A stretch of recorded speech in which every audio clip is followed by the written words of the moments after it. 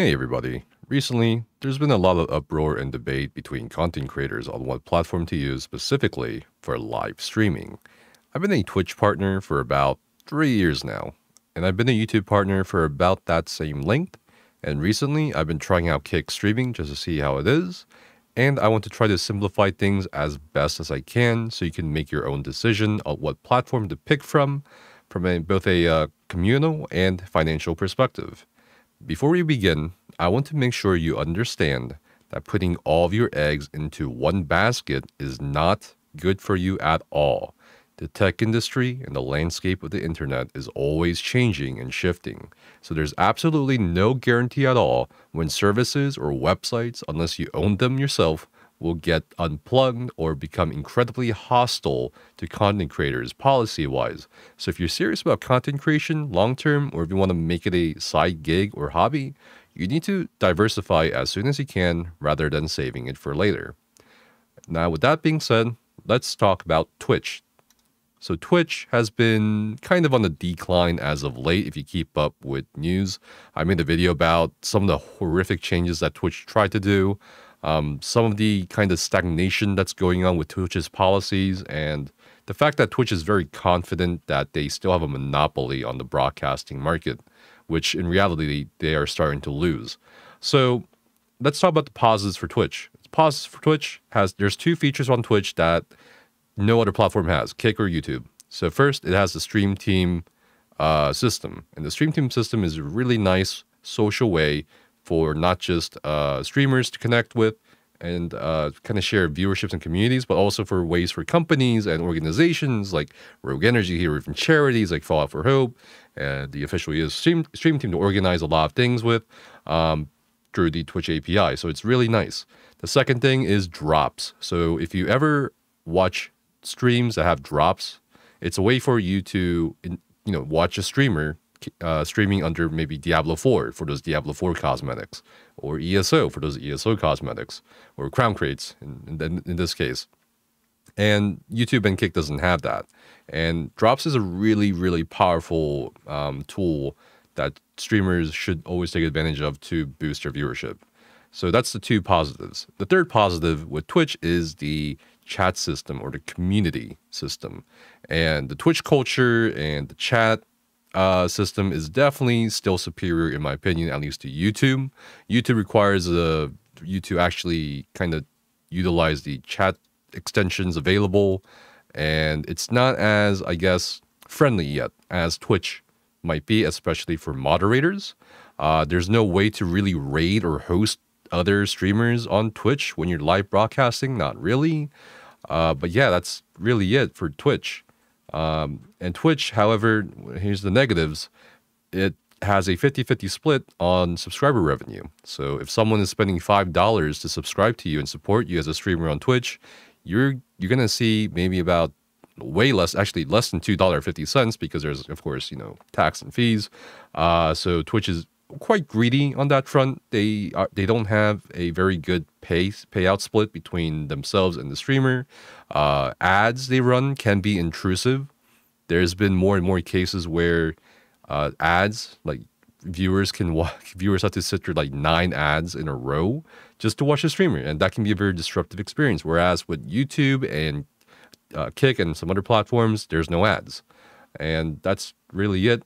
They did recently introduce a 70-30 split on not just the bid system, kind of like their own currency system, but also their version of YouTube Super Chat called Hype Chat. And even that's not really 70-30 because it's actually 65-35 after processing fees. So yeah, Twitch is not very good with helping, I guess, streamers or live streamers out financially. Also, I want to talk about the partner kind of thing with affiliate. So there's 2 layers to this. The first layer is obviously it can be hard because Twitch doesn't have a very great discoverability system, much in the same way that YouTube and Kick honestly really don't have a very good discoverability system as far as I can see. It can be hard to get to affiliate. And once you get to affiliate, you might be thinking, okay, now I want to shoot for Twitch partner. And I would say if that's your goal, don't do it. Because speaking as a Twitch partner, there is no benefit from being a Twitch partner. It's just maybe some more emote slots, and that's even dependent on how many subscribers you can get, which again, you're kind of getting screwed on because of the 50-50 split. You don't get discounts. You don't really get any special, anything after like making Twitch money and basically investing your community's time and your time into Twitch. Nothing really is there. So there's no real difference between being partner and being affiliate. And the fact that they do have an exclusivity, essentially an exclusivity contract on you, where you can't stream to Twitch and YouTube or whatever platform that's long-form content at the same time, is a pretty big detriment to your growth.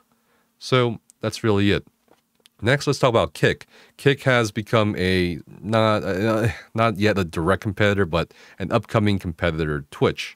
It started because, well, Twitch cracked down on gambling. And of course, some streamers in coordination with Kick's backed company, which is Stake Gambling, they made Kick sort of as a response to Twitch saying, oh, screw you, we can also make our own Twitch. So Kick is really interesting in the fact that it's been offering multi-million-dollar contracts to the top streamers, and that's definitely got a lot of people's attention. XQC, for example, he got a $100 million contract just to stream on Kick, non-exclusively as well, which is a big deal. And 70 million of that, I believe, is actual cash, and the 30 million is in assets. So they do have money because they have gambling money. They essentially make a lot of their money from gambling, and you will probably be questioning yourself at this point, well, isn't that unethical? Well, yes and no. Twitch, obviously, apart from being owned by Amazon, which in itself is sort of morally questionable, also has a gambling and slots and casino category through which viewers can go to. The question right now, if you're looking at Kick as a platform for you as a live streamer, is to see how far they push their gambling call to actions potentially. Right now, there's not really anything.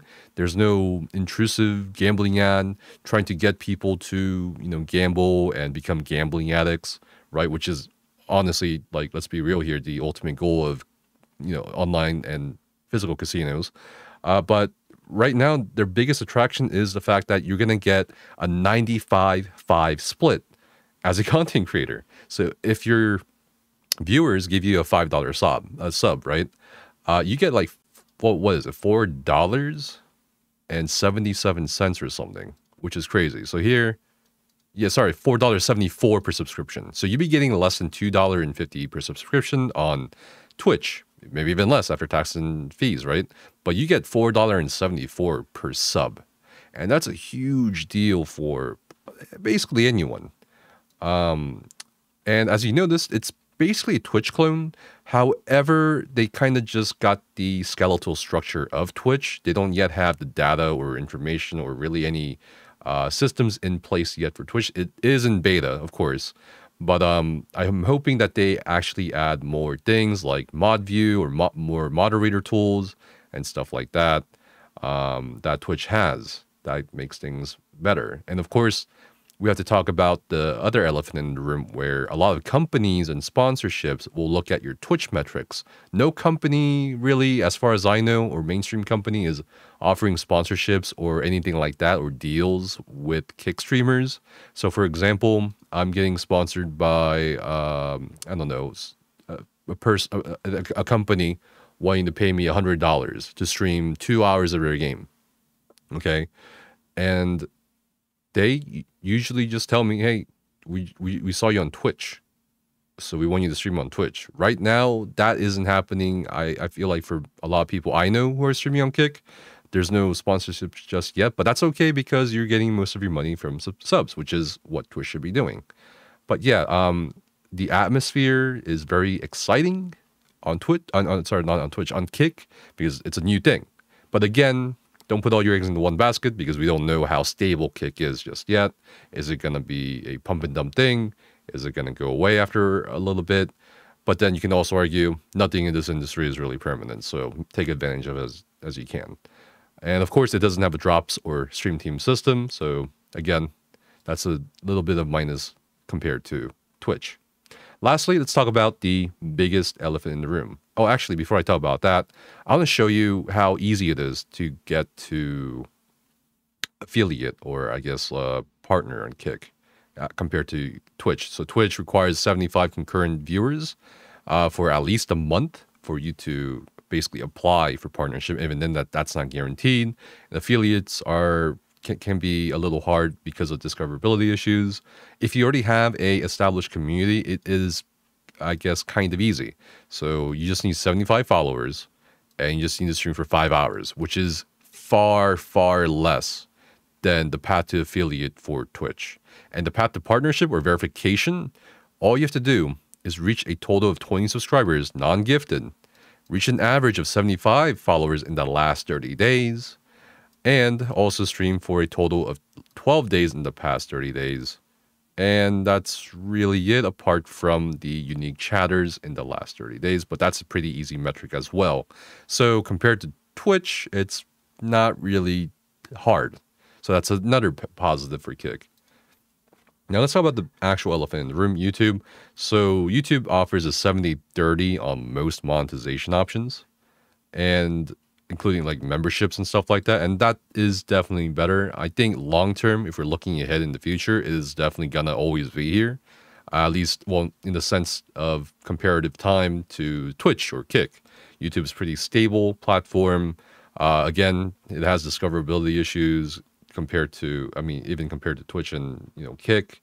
There is a rumor that, if you live stream broadcasts on YouTube, it affects the algorithm for your channel negatively. I haven't really seen any evidence of that. That may have been the case perhaps a couple of years ago, but I've also researched it and asked people who stream to hundreds and thousands of viewers that no, it doesn't seem to affect the algorithm.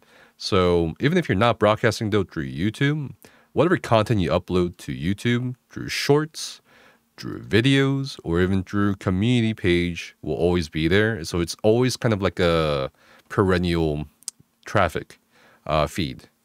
So that's really it. And it's kind of a weird broadcasting system where you can make thumbnails for your streams. But again, you don't really have much flexibility, it feels like, compared to Twitch or Kick. But again, it seems to be the most stable, at least in terms of a long-term thing. Otherwise, that's really it. That's all I have to talk about in relation to which platform you should pick. And here's what I'm doing, just so you feel like I didn't ramble on for long without explaining more. So what I would do is, right now, if you're going to be diversifying and actually, pursuing some sort of, content creation gig, I would definitely stream on Twitch if in the category you're streaming or game has drops on, to boost your metrics. And that's sort of a way for you to get in touch with potential sponsors and stuff like that, or companies. And when there are no drops or anything on for the directory or something you're interested in, I would highly recommend multi-streaming to both Kick and YouTube at the same time. And you can do this for free with a program called Restream. And it's been quite a blast for me to do this because it feels very freeing for me to just stop streaming exclusively Twitch and see like 2 different chats. You can also stream at the same time to short form content platforms like Twitter, Instagram, TikTok.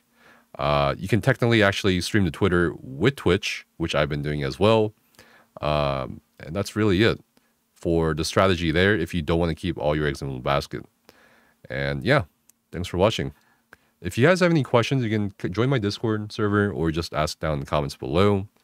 Other than that, my personal feelings, definitely Twitch is on the decline.